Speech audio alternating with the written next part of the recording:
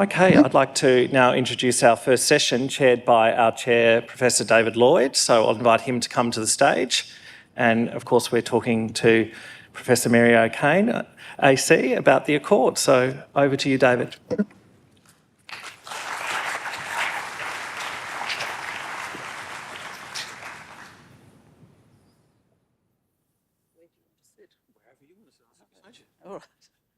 Now, this is going to be a very relaxed session. Good morning, everybody. I'm David Lloyd. I'm the Chair of Universities Australia. Unlike our Chief Executive, I never wear a tie.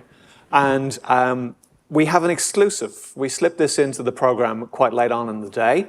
We're going to have an exclusive conversation with the Chair of the Universities Accord panel, Professor Mary O'Kane. Mary will be known to everyone in this room as an amazing Vice-Chancellor of the past and also the former New South Wales Chief Scientist. But of course, most recently, she's been very engaged over a period of well over a year with nearly everyone in the sector to try and advance something which will be, if implemented, transformational for higher education in Australia. So we are not going to do a page turn of 408 pages of a report. I'm sorry, there is a copy of the report under your seat. There isn't. There's very few printed copies exist. We are going to have a conversation about the journey, and then we're going to open up to a broader Q&A from you as well. So just let me grab my seat and we shall begin. Ooh, a printed copy. Printed copy. Look at this. Very rare. Very rare. Now, a handy doorstop. Yes. Or bench press, as the Minister likes to say. A weighty tome. That's right. So, it's all over. Yeah. Yeah. How are you feeling? Energised, I think, about the thought that it might be implemented. I think, yes. I thought we'd, fall apart with exhaustion, but no, I think it's so exciting to think it might happen. Well, we might touch on implementation in a few minutes, but what I wanted to just probe, you were outside, you were in the sector. I mean, you were in the VCC, the AVCC for many years. And then you came back to us after a 20 break, years or so. Right? So what was different? What did you see had changed? And what was the same? Well, obviously growth. Growth was the big change. The sector had been growing fast and really has grown. So that was the thing. What was both different and the same, students. I was impressed, as I had always been in university times, with the way students and student leaders engaged with the review and engaged with universities. There was a much more vocal First Nations voice in things, which was different. So that was impressive. In some ways the same and in some ways very different. The other big things, there were some great examples of good practice. So I was impressed in some of the education areas. There was some really interesting pedagogical material, methods of delivery. There were great experiments going on. Australia, universities being part of wider international programs. That was good. Obviously, the international growth was tremendous. The other thing in the research area, I've always been pretty gobsmacked by Australian university research, and that just gets better and better. And some really transformative, innovative things had happened. So all of that was sort of growth, great examples, good engagement. That was all not necessarily new, but had evolved. Possibly what I was struck by, what hadn't happened, was universities are such an important part of the national agenda. And in a way, a new part, because, when I went through, there weren't that many people going to university. And now it's a big part of the population go to university, and if this review is implemented fully, it'll be a very large part. So it's such an important part of the story of Australia. And I think our universities underestimate that importance and that role and the power that collectively they have in really being able to influence the agenda, change the agenda, serve the agenda. And when we were given our terms of reference, and they're very nationally focused, it took a while to get the conversation going that we're talking about not internally looking at a review of the institutions for the sake of, are they good enough or whatever. But rather we were saying, what would you have to do to deliver on the skills agenda? What would you have to do to deliver on the knowledge agenda? And swinging that conversation on, and I'd love to see it continue, was very important within the review. Well, Mary, we've congratulated you privately and now we'll congratulate you publicly on having handed down the report. 408 pages, 25 years to measures of success being fully implemented. It's not short on ambition, right? There's certainly a comprehensive interrogation of need in there, but is there anything that you kept off the pages? Are there things that didn't make it in? Absolutely. As a matter of fact, last night at about 11 o'clock, I was there typing, answering all the wonderful emails, and thank you to those who still haven't got their response. It was from a very disappointed, very eminent Australian writing why his particular material was not in the report. And it's wonderful material, and it's material that would kick down the road to the Tertiary Education Commission. But there was quite a lot of really interesting ideas that we'd have liked to have got in, but needed to test more with the sector to see if they were going to be acceptable often, needed to sort of cost more. So there was loads of things, particularly clever economic ideas. If you've ever worked with Bruce Chapman, I don't know if Bruce is in the audience, you'll know that there's going to be ideas you don't get to because they just keep coming right at the last minute. So Bruce and many others gave us great advice and great, very innovative ideas. So unfortunately, we had to leave quite a bit on the cutting floor. So there's a lot there, not exactly in the dustbin, but there to be looked at, gone over. And I do hope someone will write us up, a study of the reviews in higher ed. There's a lot of material for you. The interim report, you famously chose the cover picture, which was the echidna, because of the spiky ideas. Yes. The final report has some spicy ideas. Yes. You didn't get cayenne pepper on the front of it, but there are some spicy things in there. How did you approach those spicy recommendations? And there's one in particular, which is recommendation 43, which I think is the spiciest. 43 and not 47 after all. The spiciest of them all. We weren't going out, we were trying to be provocative in the interim report, and we were trying to be provocative in our conversations, and some of you were trying to be provocative back. Thank you for that. We approached it by, there were some big ideas we wanted to get through. And so we sort of talked about what the impact would be. We often talked to some of you. We talked to the business community, and there's members of the business community here too. And we really tested. Our general approach was to test them. 43, we definitely tested. And we knew it was going to be controversial. There's some others in there I thought were going to be very controversial and have so far gone through to the keeper. So I'm not going to say which ones. But I'm very impressed that people... And I'm very... In some ways, the last few days has been, when you said, how was I feeling?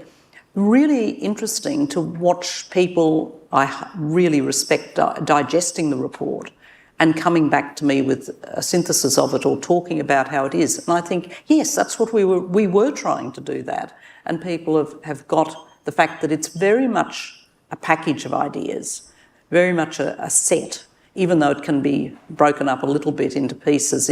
It's a set of interlocking pieces right through, like you can't change the knowledge and the skills. Obviously, the equity and skills go together, skills through equity. And it's meant to be a system change. In many ways, the federal contribution to education is about the system. The states are about the individual universities, their autonomous nature, their acts, and where they sit in society. And the Commonwealth is much more about how they together become a powerhouse transforming the nation. And that's what we're trying to signal. I mean, the nature of the recommendations, the depth of the recommendations, there's evidence, and you can see from the reaction that people can appreciate the thought that's gone in behind it. There must have been moments of heat and friction behind the scenes. More. Are we going to be able to manage that? It was a wonderful panel. Without, talking all the gory details, it was a hard-working, it was a brilliant panel and well constituted. To have two former senior ministers on a panel like that is pretty daunting at the start. And then to have Larissa, who had done a big review of higher education before, to have the Barney being irrepressible on everything, to have Tony and then Ben from the department. It was just an incredible group, and everyone worked hard. And where we hit disagreement, we often parked things for a little bit and came back.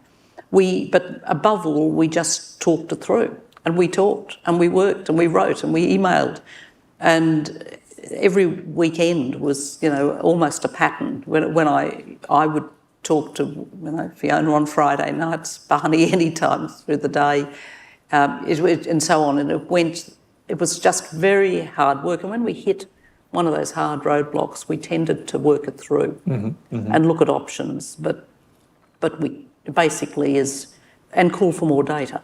I mean, we're insatiable about data, and big thanks here to the department, the Secretariat, who was supporting us. And that's one thing that showed up that we do need to do better as a sector, is think about data and metrics and about studying ourselves. So one of the recommendations that hasn't been talked about, and you wouldn't be totally surprised to hear Glyn Davis was keen on it, was the idea of a centre of excellence in higher education. And I think that's a really important thing to have, and not necessarily at one place, but with people from across the sector. So big thanks to all of those who contributed to the review, not only with submissions, but of course we commissioned work, and we commissioned a lot of it from the sector, and it was very impressive. And so we do need to capture that. We're going to do, as I said, to emphasise the system, to emphasise the national contribution of higher ed, studying ourselves, and I don't think that's too inward-looking, is really important. Your report has been heralded as the most important review since the Bradley Review. Absolutely. And of course you were contemporary VC with Denise in Adelaide back in the day. What do you think she would have made of you? Oh, I've been thinking that. I'm thinking of bringing Bruce and asking him what he thinks she'd have been saying. Personally, I think she'd have pointed out some of the flaws. Denise and I were a little competitive at times, and even though at other times we were great mates, there was quite a lot of things. So I think she'd have pointed out things we could have done just a shade better. Though she probably then would have said some very nice things about it too. I think she would too. I think she would too. In all the media, just before we got the questions from the audience, in all the media that we've done over the weekend, and both you and I and everybody else in this room, we've been engaged quite a lot on this. The single overarching theme of all of that is it deliverable, and how much will it cost? Yeah. I think it is deliverable, and the line I've been taking, and you might have heard it sometimes, can we afford not to do it? I mean, on the skills side, if we're going to be the competitive economy we need to be, particularly in this region, the skills issue is vital, not just to securing a sort of a comfortable enough future, but it's important in a defence sense, like in a security sense. And then you can't deliver the skills without the equity, without us really having the equity groups much better represented. And also you just need those people, everyone, to have a fair go. As one of my offsiders in the review would say all the time, that Australia's the land of the fair go.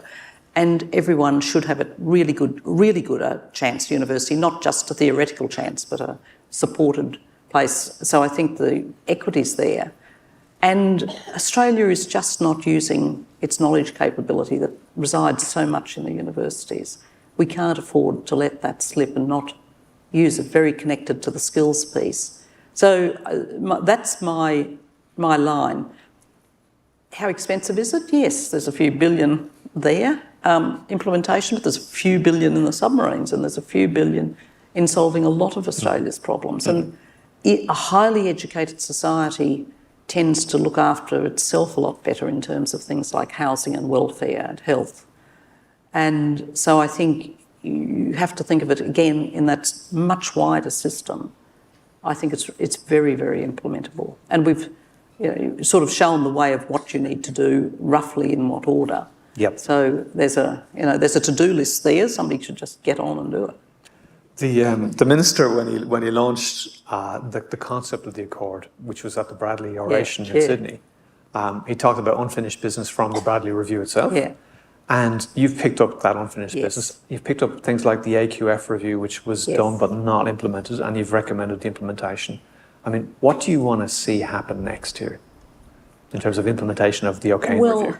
I'd like to see the push out on many fronts. No, is really, I think that is important to push out on the whole set.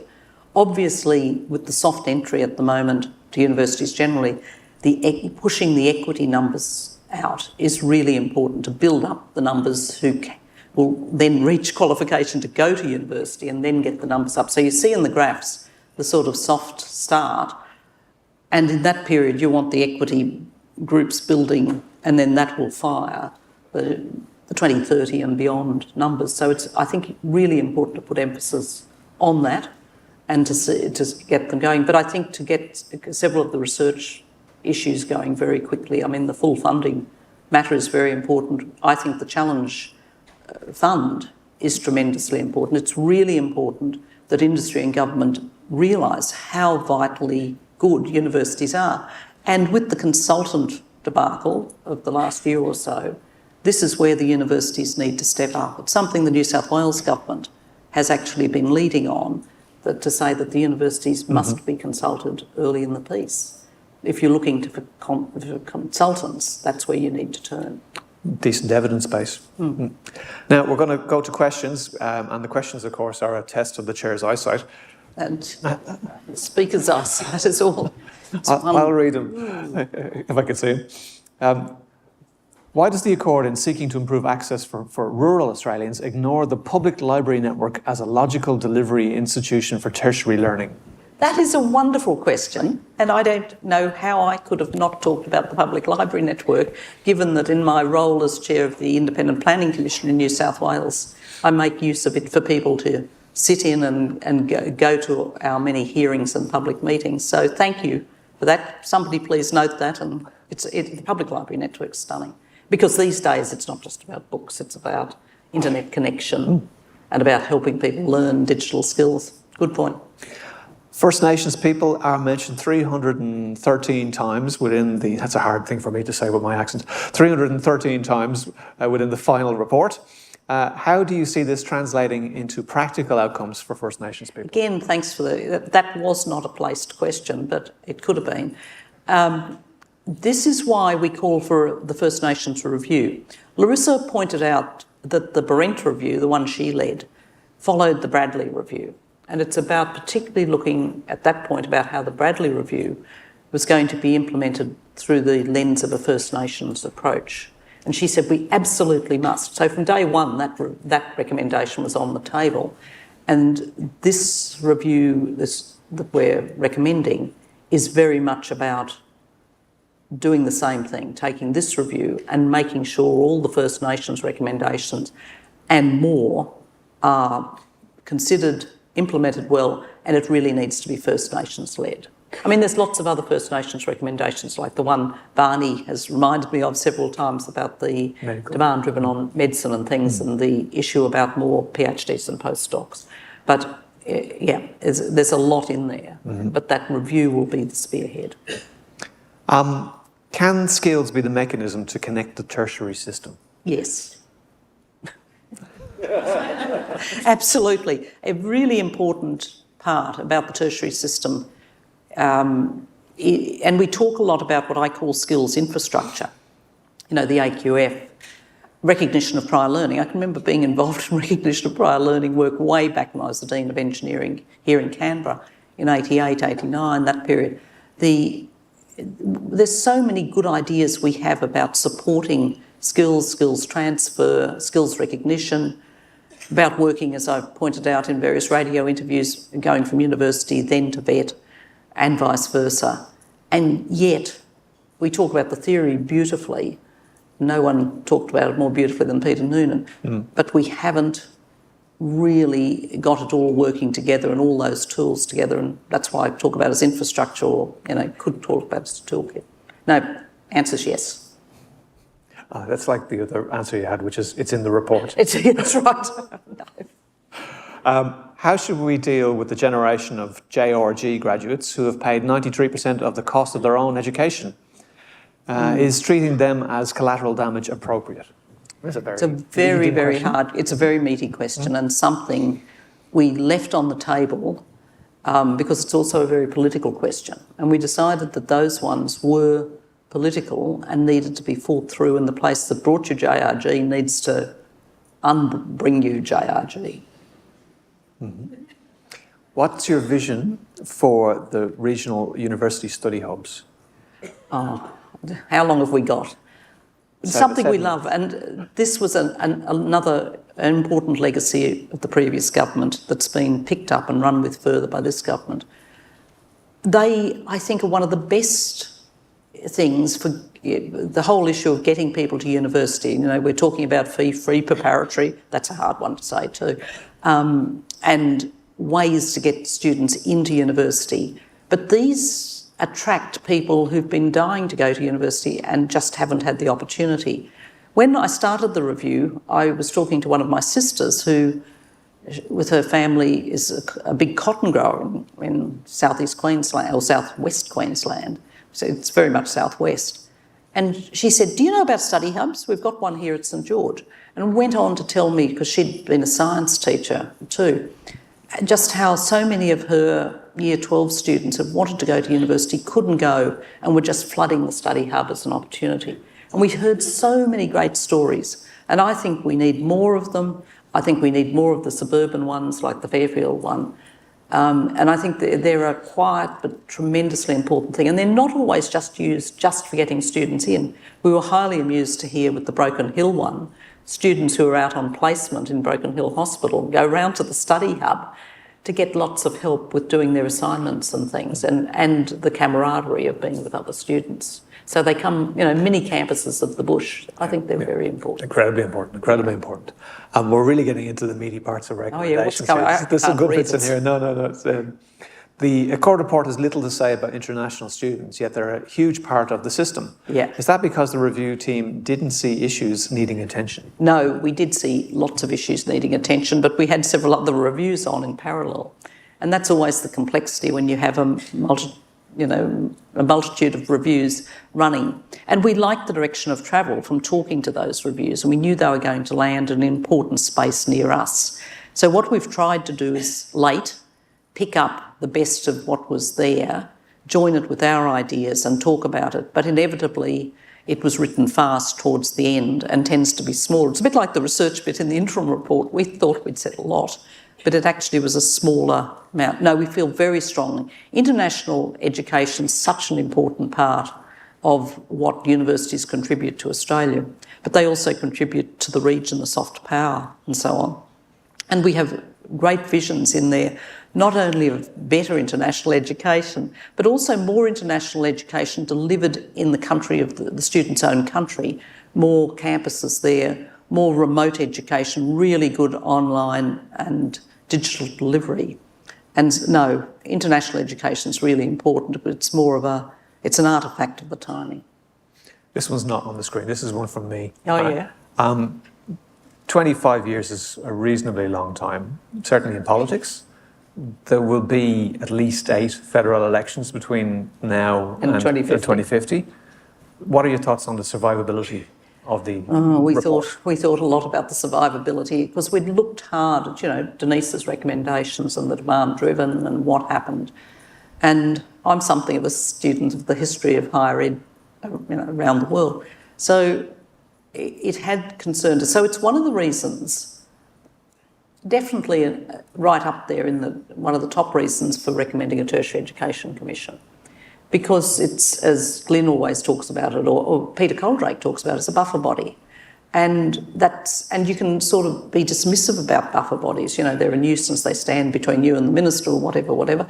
But the minister himself talks about them as very important for preserving the legacy, because they have a policy remit, they have a remit to talk to government just as they need to talk to the sector. And the important thing is they can say to government, they can provide advice. No, you shouldn't change this because this is doing this for Australia or whatever. I think getting that protection comes best through there. It also comes through a very informed sector that is in dialogue with both sides, with all sides of politics, and is saying this is what is important and this is why it is important. And this is why studying the contribution of our universities to the future of Australia is so important, so that dialogue can be had firmly, clearly and engaged. It doesn't sound hysterical, just is, this is what is important for us as a nation. But it is something that ever vigilant, I think, is rather important here. The report says that, somebody has read it. The report says that, it's gone. The question has just disappeared. The funding system is overly complex, fragmented, and difficult to comprehend. It needs to be simplified. Right? Yes. How do the recommendations simplify the funding system? Very good question. We particularly we very much approach the funding system as a system. So one of the things that I did note and should have answered in the first question was that the funding system, which had always been fairly complex, had been simplified beautifully at the time of the Dawkins Review. And we got the various adjustments in the relative funding, the one-off relative funding model. We got a very clear set of directions. And I lived through that here in Canberra and got to see what John Dawkins did in detail. And I was very determined that we'd have a very clear system. So there's a set of principles, and that's one of the most important things. And we put principles into the interim report. We took your feedback on them, we modified them, and they're the guiding principles. They're the touchstone to come back to with changes. Then we talk about the way the funding is organised according to by student, by place, by discipline, and also by need. So there's, on top of the Commonwealth funded amount being worked out by discipline, then there's the various needs-based loadings that go on because of maybe a student's access background or because of location. So we're trying to get rid of the itsy-bitsy funding things that run issues on the side. The research funding, an attempt to simplify it down to the national competitive grants, and there's the big review of the whole of the research system, particularly in government, but with a view to simplifying that, with a review to getting rid of the amounts that have to be contributed from the universities. So there's an attempt through a series of principles to be a very simple system. And I want to shout out, a big shout out to the James Martin Institute, who gave us a lot of advice on funding. It's been a creation which has several of the New South Wales universities as members. I think a couple from outside New South Wales too, aren't there? And it was with Libby Hackett and her team, they did a wonderful job of a very cohesive system. We haven't talked about the postgraduate coursework, for example, and that is firmly linked to the undergraduate funding. So we've tried to keep it simple. If you can see better ways to simplify it, keep it as a system, work within the principles, give that feedback to the Minister, because I think it's really important that it be seen as coherent. Anyway, I'd probably get a better pithy 25-word answer than that one, but we tried to keep it pretty simple. And there's a very nice diagram, completely lifted from the James Martin Institute, where we try and actually illustrate particularly the undergraduate funding process. Mary, the fact that there's pages and pages and pages of questions there show that we didn't allocate enough time for this exclusive chat. Right. However, we have reached the end of our allocated time. We managed to squeeze this in, as you know, at the last minute because of the timing, and we're so grateful for you, not only for giving your time for this conversation, but for everything you did in steering us to this outcome. We are indebted to you as a sector, and we really are privileged to have your input to shaping the future. Thank you. And it was my team too. They were pretty wonderful Australians, that lot. Well, please join me in welcome and thanking Mary. Thank you. And thanks for the opportunity. Thank you. And thanks for the questions and the opportunity to talk. I hope you get danger money carrying that thing around with you. Well, apparently, we shouldn't talk about the cabinet, but apparently they were sitting doing something like this. Oh, and I need to make a fashion statement before I go. I spent the year with the Universities Australia bag, took it everywhere, and unfortunately it fell apart about a couple of weeks, so I'm very, very pleased to get the new one. Thank you.